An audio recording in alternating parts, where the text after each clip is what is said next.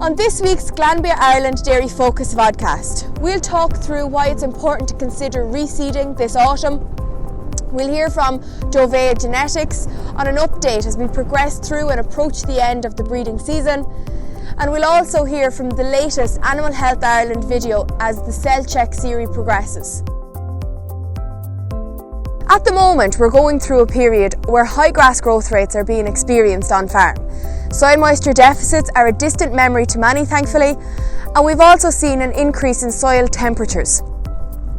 There's an amount of surplus grass available on the vast majority of milking platforms, which opens up the opportunity to identify some of your least performing paddocks and to consider reseeding this autumn. If we look at National Farm Survey figures, nationally on specialised dairy herds, approximately 7% of the platform is reseeded annually.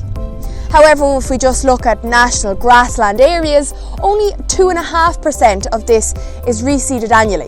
When we look at targets, we want to target that 10% of the milking platform is reseeded per year, with the ideal target or aim being that we'll have a rejuvenated and renewed platform every 10 years. If we look specifically at swards, on these farms, a low percentage of perennial ryegrass availability in swards at the moment will cost the typical spring calving dairy herd €300 per hectare in lost output per hectare in regards to dry matter yields, and then also on the lost performance from that increased grass. When we talk about reseeding, ultimately we're talking about increasing your sward quality. This might be in regards to palatability. We'll talk about increasing your total dry matter yield in regards to output per hectare as of grass grown. We'll talk about increasing your nitrogen use efficiency and getting more for what fertiliser you apply. We'll also talk about animal performance and profitability off the back of this grass being grown, or a greater amount or a better quality grass being grown. And we'll also talk about having grass available in the important times of the year, and those two far shoulders of the grazing season being those key times. If we just take an example, grass availability during the spring is worth on average 16 cents per kilo dry matter. Grass availability in the autumn time, or the far shoulder of that grazing season, is worth 11 cents a kilo dry matter available. And grass during the main grazing season, or the summer period, being worth 4 cents per kilo dry matter available. So having grass available in those key times of the year in order to increase that profitability. There are many benefits to reseeding, but when it comes to actually considering reseeding on farm this autumn, it's worth breaking it down into 3 important stages. Your preceding stage, your reseeding stage, and your post-emergent stage, in order to try and optimise or maximise your return of investment. When we talk about preceding stage, we're talking about soil preparation and achieving a good burn-off in order to optimise your grass growth once you've reseeded. When we talk about a reseeding stage, we're talking about selecting a high-quality grass seed mixture and also selecting the best practice method available to you. And then when we talk about the post-emergence phase, we're talking about selecting a high quality chemical in order to eliminate the broad spectrum weeds and optimise grassland yields on that area.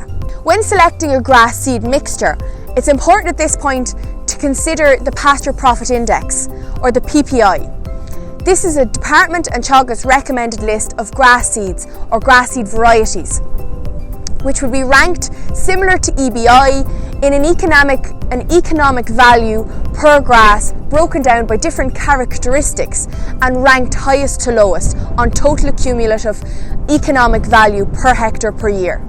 Optimal efficiency in dairy herds normally suggests a calving interval of 365 to 370 days and a culling rate for failing to conceive of under 10%.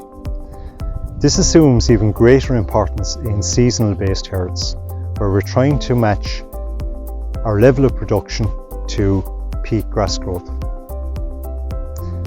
As we reach the end of the breeding season, it's important to look back and see how well things went over the breeding season. It's important to reflect on what we did right, what went wrong, and what we may need to change for next year.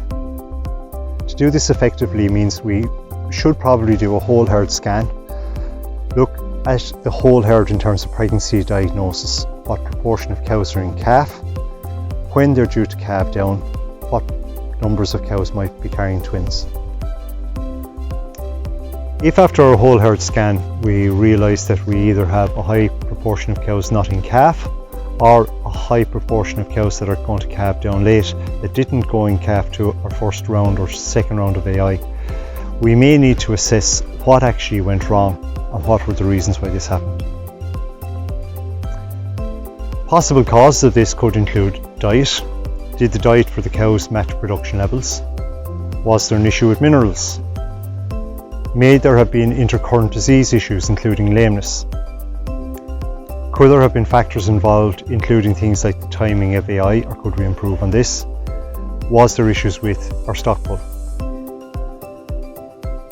It may also be worthwhile going back and reassessing our vaccination protocol for the cows to ensure that we have everything covered in terms of the health of the cows in the herd. When it comes to investigating these issues, it's very worthwhile involving your farm advisor, your nutritionist and your vet. But it is absolutely vital that these issues are addressed so that we can move on from it next year and do things better. This CellCheck video will look at the economic benefits by reducing your cell count below 200,000. In addition, we'll look at how this helps to reduce the stress associated with high cell count. The stress can be from excess penalties or bonuses not achieved, or indeed extreme cases where the cell count goes over 400,000, the risk is that the milk won't be collected by the co-op.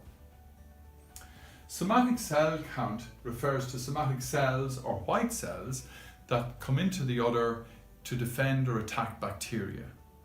These bacteria may cause mastitis, be it clinical or subclinical. The higher the somatic cells, the higher the level of infection.